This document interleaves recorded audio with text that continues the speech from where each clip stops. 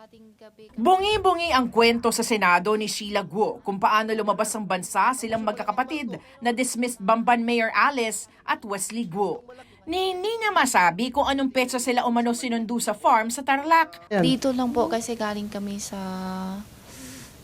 bahay. Tapos may sunto sa amin na isang sasakyan. Sa akin dinala. Anong klaseng sasakyan? Van.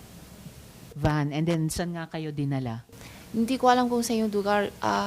Siguro biyahe kami ng ilan oras. Ilan daw kayo van? sa van?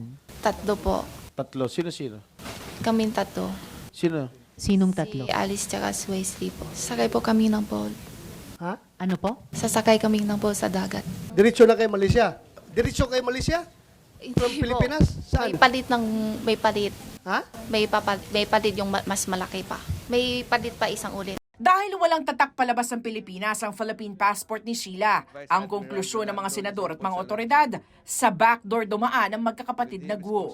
Nung aalis na kayo nung gabi, alam mo kung saan kayo pupunta? Hindi po. Hindi ka nagtatanong? Tatanong ko, ang sabi niya sa akin, sabi niya ate, nalulungkot ako, samahan mo ako, may pupuntahan ako, sabi niya. Hindi ka pa rin nagtatanong, saan tayo pupunta ate? Saan tayo? Magpapakamatay na ba tayo lahat? Sabay-sabay ba tayo? Anong gagawin natin? Galit siya sa akin, wag daw ako tanungin, basta samahan mo lang. Hindi ka nagtanong. Bakit tayo palipat-lipat ng bangka nito? Maliit, Yun, lipat ng malaki. Doon sa, naduda na ako nandun na ako eh.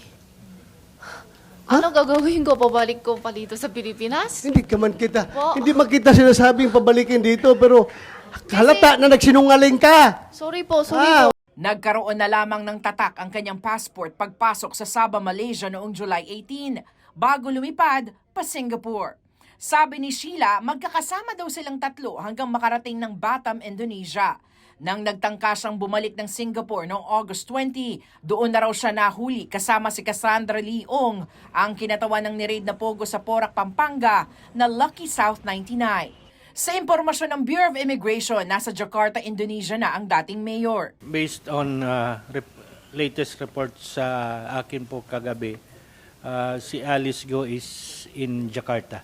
And we would like to assure the committee that we are doing our best na maibalik din siya as soon as possible.